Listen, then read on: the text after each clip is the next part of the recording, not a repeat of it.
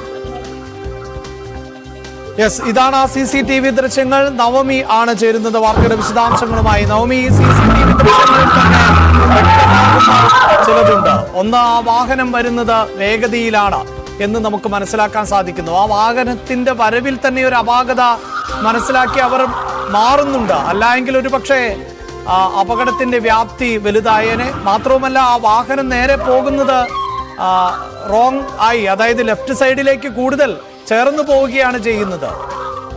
എന്തായാലും ഇത്തരത്തിൽ ഒരു ഗുരുതരമായ പിഴവ് ഡ്രൈവറുടെ ഭാഗത്ത് നിന്നുണ്ടാകുമ്പോൾ അവിടെ ഡ്രൈവറെ സംരക്ഷിക്കാനുള്ള നീക്കം നടത്തുന്നുവെന്ന് പരിക്കേറ്റ സ്ത്രീ പരാതി പറയുമ്പോൾ എന്താണ് മനസ്സിലാക്കേണ്ടത്?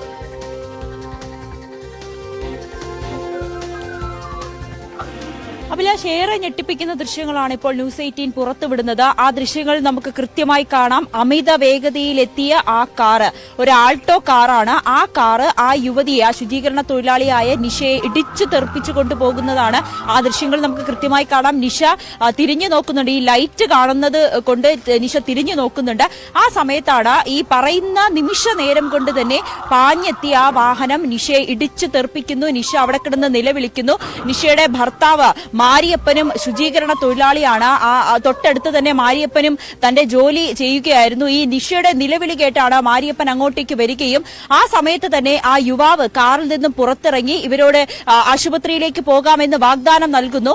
ഈ സമയത്ത് ഇയാൾ വീണ്ടും കാറിലേക്ക് കയറുമ്പോൾ നിഷയും മാരിയപ്പനും കരുതിയത് കാർ കുറച്ചുകൂടി ഫ്രണ്ടിലേക്ക് എടുത്ത് ഞങ്ങളുടെ അടുത്തേക്ക് വരുന്നതിന് വേണ്ടിയിട്ടാണെന്ന് പ്രതീക്ഷിക്കുന്നു. പക്ഷേ ആ കാർ പിന്നീട് എടുത്തുകൊണ്ട് പോകുന്നതാണ് നമുക്ക് കൃത്യമായ ദൃശ്യങ്ങളിൽ കാണാം. പിന്നീട് മാരിയപ്പന്റെ ആ ശുചീകരണ, അതായത് വേസ്റ്റുകൾ കൊണ്ടുപോകുന്ന പിക്കപ്പ് വണ്ടിയിലാണ് മാരിയപ്പൻ നിഷയെയും കൊണ്ട് ആശുപത്രിയിലേക്ക് പോയത്.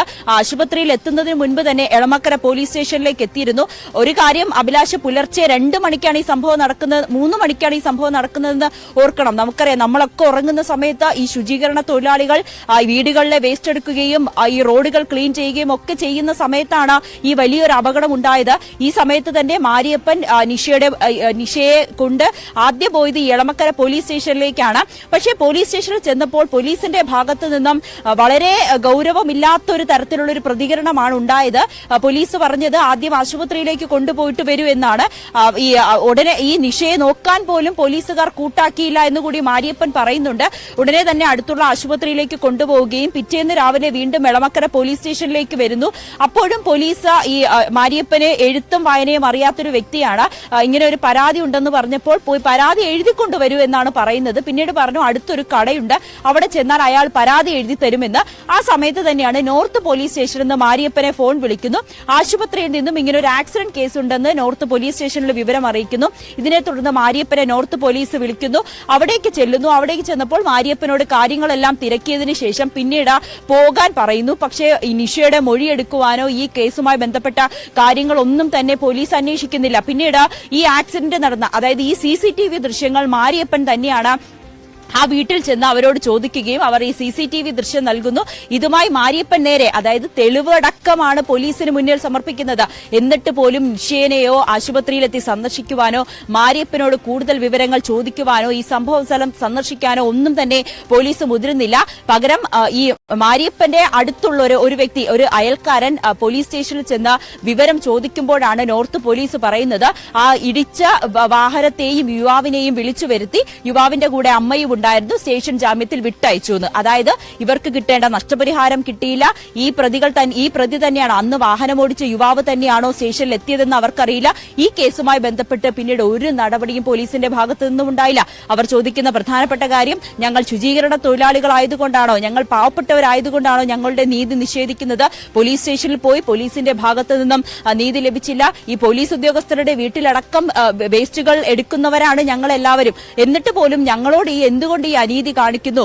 പിടിപാടുള്ള അല്ലെങ്കിൽ ഉന്നതരായിട്ടുള്ള ആളുകൾക്ക് മാത്രമാണോ ഇവിടെ നീതി എന്ന നിഷയും ഈ മാരിയപ്പനും ചോദിക്കുന്നുണ്ട്. നിഷയുടെ കാലിന്, ഇടത്തെ കാലിന് ഗുരുതരമായിട്ടുള്ള പരിക്കുണ്ട്, പൊട്ടലുണ്ട്, നട്ടെല്ലിനും ക്ഷതമേറ്റിട്ടുണ്ട്. നടക്കാൻ കഴിയാത്ത അവസ്ഥയിൽ വീട്ടിൽ തന്നെയാണ് രണ്ടുപേർക്കും ജോലിക്ക്, നിഷയെ നോക്കുന്നത് മാരിയപ്പനാണ്. രണ്ടുപേർക്കും ജോലിക്ക് പോകാൻ പറ്റാത്ത ഒരു അവസ്ഥയാണ്. താൽക്കാലിക ജീവനക്കാരാണ്, കൊച്ചി കോർപ്പറേഷനിലെ താൽക്കാലിക ശുചീകരണ തൊഴിലാളികളാണ്. കോർപ്പറേഷന്റെ ഭാഗത്തു നിന്നും അവർക്ക് അനുകൂലമായിട്ടുള്ള ഒരു സഹായവും ലഭിച്ചില്ല. പോലീസിന്റെ ഭാഗത്തു നിന്നായിക്കോട്ടെ നിരുത്തരവാദമായ ഒരു സമീപനം തന്നെയാണ് ഉണ്ടായിരിക്കുന്നത്. അത് തന്നെയാണ് മാരിയപ്പനെയും നിഷയെയും ഏറെ വേദനിപ്പിക്കുന്നത്. അങ്ങനെ സ്വാധീനമുള്ള ആളാണോ? അത്തരത്തിൽ കൂടുതൽ വിവരങ്ങൾ നമുക്ക് ലഭ്യമാകുന്നുണ്ടോ?